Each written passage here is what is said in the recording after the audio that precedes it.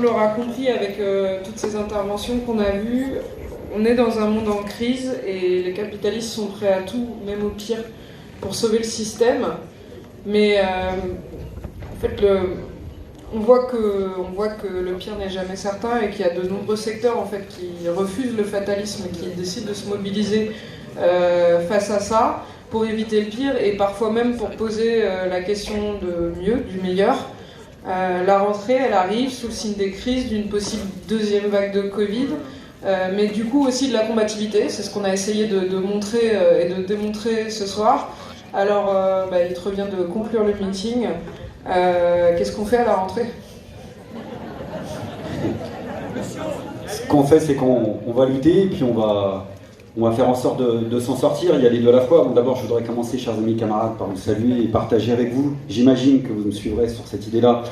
Ma grande surprise face à la décision entêtée de l'UEFA de maintenir la finale de la Coupe de Ligue, alors qu'on sait qu'il y a le meeting du NPA. Je ne sais pas dans quel monde ils vivent. Franchement, ça se posait la question.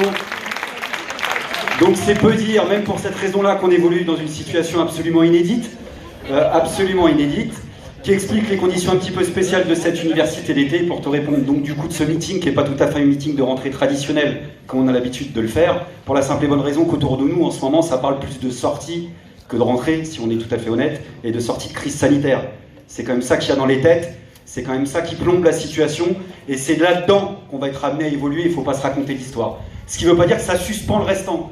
Bien au contraire, la rentrée sociale et politique dont on a parlé depuis le départ, il ne faut pas se tromper, elle aura une incidence sur la gestion de la crise sanitaire elle-même.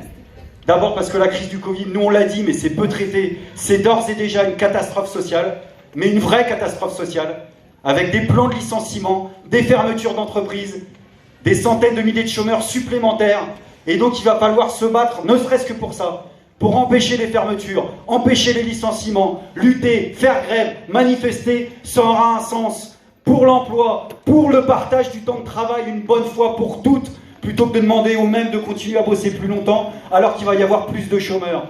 Pour augmenter les salaires aussi. Puis des journées d'action, camarades, pour redire une chose, c'est que la réforme des retraites, on va vouloir sa peau définitivement, et on ne laissera jamais dire que c'est le Covid qui aura eu sa peau définitivement. Il faut que ça soit notre combat dans la lignée de cette grève. On en a parlé, qui paraît lointaine, c'était il y a simplement 6 mois. Elle a été laborieuse, cette grève, elle a été difficile, mais elle a été jubilatoire dans l'histoire de la lutte des classes. Il y a des tas d'équipes syndicales aujourd'hui qui se sont radicalisées, et ça pour nous c'est un acquis absolument fondamental. Donc il va falloir être présent d'une manière ou d'une autre sur tous les fronts, féministes, écologistes, sur les violences policières, autour du combat des Gilets jaunes. Camarades et amis, pas oublier non plus les migrants dans ce combat-là, avec les marches de solidarité, en s'adressant à tous ceux et toutes celles qui nous ont fait part, durant le confinement, de leur violence qu'ils avaient vécue comme une violence intime, le fait de ne pas pouvoir se déplacer librement. Bon, on espère que tous ceux-là et toutes celles-là vont bien se souvenir à quel point, en effet, la liberté de circulation est un droit inaliénable qui vaut pour tous, qu'on soit français ou immigré. Et cette liberté de circulation, d'installation, la régularisation de tous les sans-papiers, pas au cas par cas, on va le réclamer même dans ces circonstances exceptionnelles. Et au-delà de ces revendications spécifiques, je crois que le fait de continuer à se mobiliser dans cette situation complexe, c'est aussi l'occasion de dire au pouvoir qu'on n'est pas dupes. Et qu'en effet, ça les rend malades au sommet de l'État, mais c'est tant mieux. Il y a une tradition qui est dans la société française.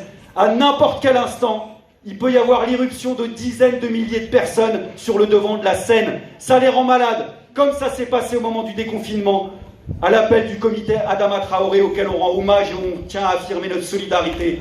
Ça les rend malades que une partie de la population leur dise clairement « On n'a pas envie de rester spectateurs des décisions politiques qui nous concernent au premier chef, et on ne laissera jamais personne nous déposséder de la possibilité de décider de notre propre sort. » Ça, c'est un enjeu énorme. Maintenant, si on parle de la crise sanitaire telle qu'elle est, sa gravité, l'ampleur universelle qu'elle a, alors oui, même le rapport entre les classes sociales se cristallise dans le dénouement de cette crise sanitaire. De la manière dont on va en sortir, par le haut, par le bas. Qui va nous en faire sortir? Le camp de la domination ou le nôtre? Camarades, je ne dis pas ça pour faire une abstraction, pour dire quelque chose en l'air, ça a une incidence super concrète, je crois, et une petite révolution pour nous dans la manière dont il va falloir désormais agir. Il n'est plus seulement question aujourd'hui, parce que l'heure est trop grave, de résister et de protester, même si c'est essentiel de continuer à le faire, et vital même. Mais il s'agit autant que faire se peut, parce qu'il y a urgence, ici et maintenant, d'agir pour construire, pas simplement résister, mais construire des morceaux d'une autre société, des particules d'une société plus solidaire, ici et maintenant, des lieux de contre-pouvoir, un contre-monde, une contre-société, comme le mouvement ouvrier traditionnel, d'ailleurs le ZE avait l'habitude de le faire il y a encore quelques décennies, habitude qui a été perdue, et qu'une myriade d'associations et de collectifs, de mouvements, notamment dans les quartiers populaires, a repris. Surtout que l'urgence sociale dont je parle, il y aurait beaucoup de surprises, vous savez, sur le profil de ces individus, et ils sont de plus en plus nombreux, qui viennent s'additionner au défilé de ceux qui ne peuvent plus boucler leur fin de mois, et qui ont littéralement faim. Les actions de solidarité, d'entraide, et ouais, je le dis, même les maraudes, elles ont eu une signification pendant la première vague de pandémie. C'est pareil pour le masque. Si c'est obligatoire, moi j'ai pas d'avis, j'ai pas la capacité médicale ou scientifique pour le dire, mais j'ai un avis politique comme vous. Si c'est obligatoire, alors la contrepartie c'est que ça soit gratuit. Ça se discute même pas. On ne peut pas payer la facture de tout ça. Et comme on a une opinion sur le fait que le gouvernement va nous demander une nouvelle fois de nous démerder, alors oui, je crois que la gauche sociale et politique a une responsabilité historique. C'est peut-être basique ce que je vais vous dire, mais d'assurer elle-même la distribution de ces masques massivement à ceux et celles notamment qui n'en ont pas les moyens. C'est une vraie proposition de campagne unitaire qu'on lance aux syndicats, aux partis, aux ONG, aux organisations, aux collectifs. Mettons à disposition, comme on n'a pas su le faire, ensemble, nos locaux, nos forces militantes pour ceux et celles qui veulent le faire, quitte à réquisitionner les masques, quitte à les fabriquer ces masques. Et alors, il est où le problème? Il y en a eu des ateliers de couture spontanés qui sont nés il y a quelques semaines. Alors évidemment, il y en a qui vont me prendre de haut en disant « ça, c'est la charité ». Non, camarades, moi je ne crois pas. Je pense que c'est éminemment politique l'affaire des masques. C'est celle qui disqualifie définitivement Emmanuel Macron. Cette gestion, elle laissera des traces. Pourquoi? Bon, je ne vais pas vous raconter d'histoire. Je pense qu'il aurait fallu se faire violence pour ça, mais je crois qu'on peut dire honnêtement qu'on aurait été capable d'entendre de la part d'un gouvernement, même d'un gouvernement qu'on combat et qu'on n'aime pas, et c'est le cas, qui nous disent on a été pris de court et là tout de suite on ne peut pas assurer la distribution des masques. On aurait pu l'entendre, l'admettre, mais ils n'ont pas fait ça. Ils ont préféré mentir, et pas qu'un peu. Il ne faudra jamais l'oublier, comme des arracheurs de dents. Parce qu'il n'y avait pas des masques, ils ont commencé à nous expliquer. Alors d'abord que c'était hyper compliqué à mettre, ça on a bien compris, qu'on n'était pas sûr que ce soit utile, voire carrément ce serait dangereux. Maintenant qu'il y en a, et en plus il y en a en surnombre, puisque les charmes discrets de la loi de l'offre et la demande font quand même que ça a été la pénurie pendant le pic, on est en train de vivre une crise de surproduction au moment du déconfinement. Maintenant qu'il y en a, on nous dit « ah bah tiens, ça va devenir obligatoire ». C'est à penser qu'ils imaginent sincèrement qu'on a de la purée dans le cerveau, qu'on n'est pas capable de réfléchir. On a capté que s'il y a eu pénurie, c'est parce qu'ils ont géré les masques comme ils gèrent tout ce qui touche, en bureaucrates zélés au service de l'économie de marché. Bureaucrates zélés qui, dans les hautes sphères de l'administration française, ont laissé des millions de masques qui étaient utilisables être détruits en plein cœur de la crise. Quant à l'économie de marché qui a été mandatée pour gérer, elle a fait ce qu'elle savait faire. Elle a coffré, elle a magasiné, elle a emmagasiné, elle a spéculé à la hausse. Et du coup, on a vu tous ces masques sortir en quelques jours, sortis de nulle part, inonder toutes les grandes surfaces, et passer, pour les masques chirurgicaux, de 7 centimes d'euros en février à 70 centimes, voire 90 centimes d'euros aujourd'hui, parce qu'il n'y a pas de petit profit. Ils ont fait un choix politique d'opter pour une opération de spéculation qui va gaver les intérêts particuliers plutôt que l'intérêt général, comme à chaque fois, par entêtement idéologique. La modernité macronienne, c'est ça. C'est la modernité marchande, celle qui nous envoie dans le mur et celle qui est en crise. Modernité dont, à l'époque déjà, Charles Péguy disait que c'est la modernité qui s'incarne dans le monde de ceux qui font les malins, de ceux qui croient savoir tout sur tout, qui n'ont plus besoin d'apprendre. Il fait quoi, Macron? À part faire le malin. Dès qu'il l'ouvre, sur tous les sujets, partout où il va, en France, au Liban, où il aurait mieux fait de se taire, avec ses intonations post-coloniales. C'est pas lui de dicter au peuple libanais ce qu'il y a à faire là-bas, sûrement pas. Et petite parenthèse, s'il veut rendre service au peuple libanais, il pourrait par exemple commencer à libérer un des plus vieux prisonniers politiques en France, qui est un militant communiste libanais, c'est-à-dire Georges Ibrahim Abdallah. Quand il est en France, Macron, il fait quoi? Il fait le malin. En plein cœur de l'été, il va dans une maison de retraite, qu'est-ce qu'il se fait? Il se met en scène avec une électrice. Bon, il a le droit d'en avoir une dans les maisons de retraite, qui dit tout le bien qu'elle pense de lui, elle a le droit aussi de le dire. Mais disons que c'est un petit peu décalé déjà avec une partie de l'ambiance du pays pour dire ça soft. Et surtout, quelle indécence par rapport au sujet sur lequel on l'attend. On ne l'attend pas pour faire une campagne électorale. Ça a été l'hécatombe dans les maisons de retraite. Entre la canicule et le Covid, ça a été l'hécatombe. Le vrai sujet, c'est de savoir si oui ou non, on se donne les moyens de construire un service public du 4e âge, digne de ce nom, pour prendre en main dignement nos anciens, ou si on laisse encore quelques actionnaires penser et agir que nos parents, nos grands-parents ou nos arrière-grands-parents sont susceptibles de générer du profit. Elle est là la discussion. Ce pouvoir, il a systématiquement des oursins dans les poches que quand il s'agit de débourser un seul centime d'euro pour les services publics. Services publics de la santé inclus, comme l'a dit Pauline. Ségur ou pas Ségur. On veut des moyens durables. Et vous savez ce qui a changé, c'est important dans la rentrée sociale et politique, c'est les arguments qu'on nous oppose aujourd'hui. Il y a encore quelques mois, quand on disait ça, il nous sortait t'as vu, franchement, j'aurais aimé vous donner de l'argent. Mais là, ça sort pas comme ça. Faut un peu de rigueur budgétaire. Il y a la dette, et blablabla, et blablabla. Mais aujourd'hui, c'est un truc de malade. Là, c'est open bar. Ils ont sorti la planche à billets, l'argent magique, ils l'ont trouvé, il n'y a pas de problème. On a un gouvernement qui signe chèque en blanc sur chèque en blanc, à destination de qui? Des grands trusts de l'économie qui non seulement vont pas créer un seul emploi, mais les détruisent d'ores et déjà, comme tu l'as rappelé, et qu'attendaient de le faire depuis des années. Renault, Air France, Airbus, j'en passe et des meilleurs. Le premier licencieur en France qui lève la main, il a le droit à son petit chèque. C'est-à-dire que l'argent public, non seulement n'est pas exclusivement réservé à ce à quoi ça devrait être réservé, c'est-à-dire les services publics, mais l'argent public en ce moment même est en train de financer les restructurations profondes que le capitalisme espérait depuis des années. Parce que les capitalistes, camarades, ils savent mieux que nous encore à quel point leur système était en crise structurelle, bien avant la crise du Covid. Christine l'a dit, saisir l'occasion inespérée du Covid-19, a dit le PDG de Safran en France. On assiste à un détournement de fonds publics en ce moment même, là, à la rentrée. Allez pas croire que Bercy, c'est le ministère de l'économie.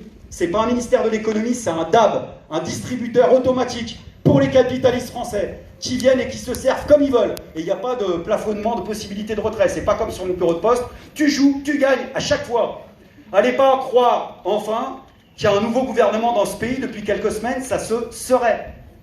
Même s'il y a eu un remaniement ministériel, avec la nomination surprise de Jean Castex, donc quand même, celle-là je l'ai notée parce qu'elle est croustillante, un éditorialiste a osé dire qu'elle avait permis à Emmanuel Macron, écoutez bien, de dégainer son arme secrète pour changer de cap sans changer d'orientation. Magnifique. Et évidemment, si c'était son arme secrète, ça donnait déjà une petite idée, un petit indice de ce qu'allait être le restant de l'arsenal ministériel. On n'a pas été déçus, mais ça n'en fait pas un nouveau gouvernement pour autant. On a comme d'habitude, non pas un nouveau gouvernement, mais un énième cabinet d'experts comptables, qui s'enorgueillit de l'être, qui doit penser sincèrement que la noblesse de sa fonction politique tient à sa capacité à gérer le système, même quand il est en crise, j'allais dire d'ailleurs surtout quand il est en crise. Donc l'objectif de la rentrée, je pense, c'est de faire un casse-bélier. C'est d'aller au DAB, aller à Bercy, reprendre l'argent qui nous revient et financer les besoins sociaux dans le cadre de la crise sanitaire qui va commencer.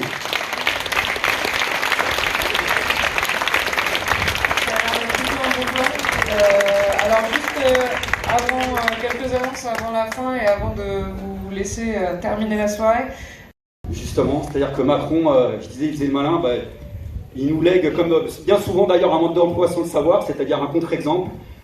Amis camarades, je pense que pour répondre à cette question complexe, la fameuse question à 1000 balles, là, il va falloir réapprendre à douter, à réfléchir à haute voix, à pas avoir peur de le faire.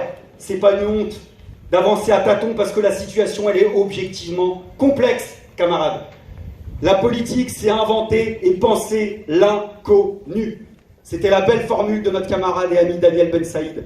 Elle est magnifique, cette formule. Plus que jamais, il va falloir réapprendre à penser l'inconnu et le faire en tant que tel, c'est-à-dire renouer avec des fondamentaux politiques qui ont présidé à notre engagement militant, l'histoire de toute notre vie, qui préside à l'histoire de notre famille politique, qui présidait à l'esprit de fondation du nouveau parti anticapitaliste, amis et camarades, qu'il ne faudrait peut-être pas perdre de vue, dans sa volonté à la fois d'exigence, de radicalité politique, de transformation révolutionnaire de la société, on en est fier, mais de souci d'ouverture, de grand angle, de grand air, de fuir les instincts grégaires, le repli sur soi, de renouer avec l'idée qu'on ne construit pas un mouvement politique juste pour le plaisir de construire un mouvement politique, parce que, amis camarades, ça aussi je pense qu'on le saurait depuis le temps, au niveau du nouveau parti anticapitaliste. Si on le fait, c'est d'abord et avant tout par souci d'efficacité. C'est pour répondre à une demande d'efficacité en termes d'action et de réflexion. Chercher humblement à construire un cadre permanent de culture politique, de mémoire, de constance, de conscience, de réflexion, d'élaboration, de questionnement, pour participer à inventer un projet d'émancipation qui soit suffisamment majoritaire pour renverser le système capitaliste par la révolution. C'est l'autre société, c'est ça l'objectif.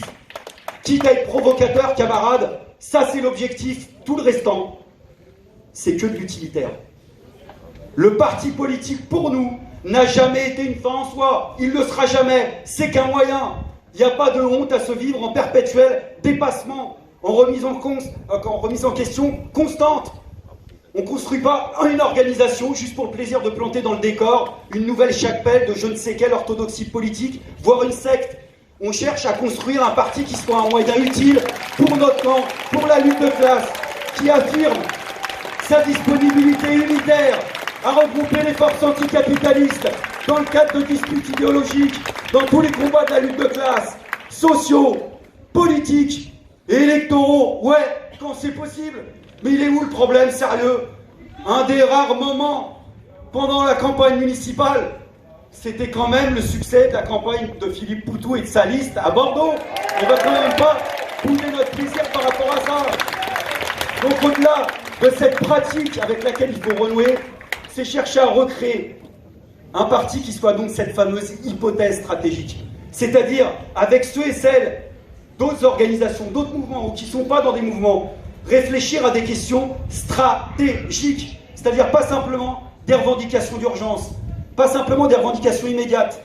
Le pouvoir comme question stratégique, la violence étatique, politique, sociale comme question stratégique, les rapports de domination, quels qu'ils soient, racistes, sexistes, sexuels, comme question stratégique, la question de la souveraineté démocratique aussi, et puis deux questions que là, la période inédite donc nous impose.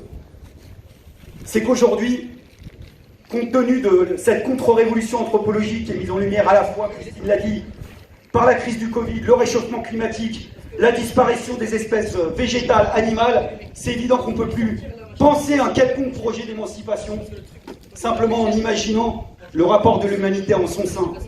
Mais il faut penser le rapport de l'humanité à la nature et au vivant.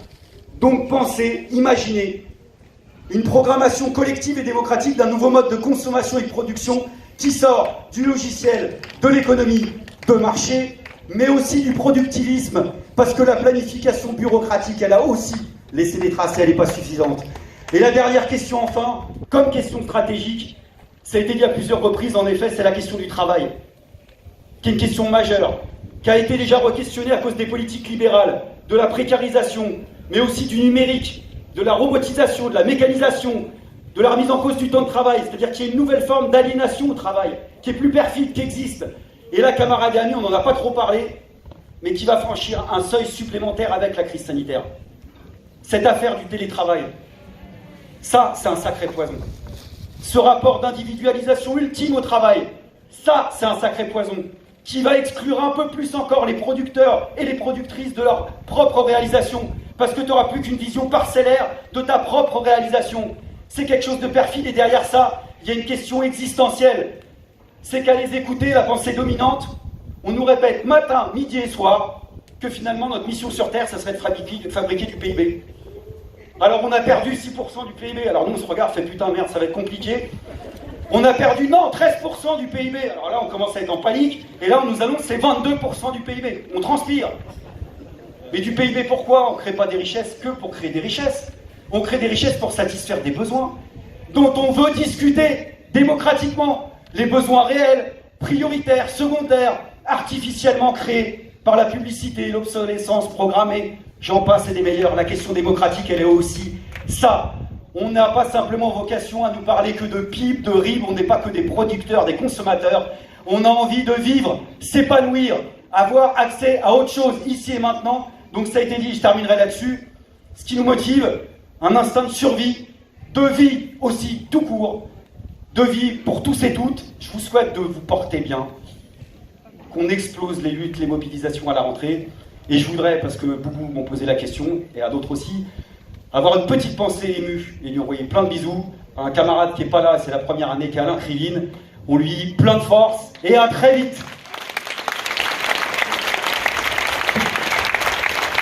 Merci beaucoup Olivier. Je vais vous demander, si vous avez probablement envie de passer à autre chose, de rester jusqu'à la fin des petites annonces, peut-être d'abord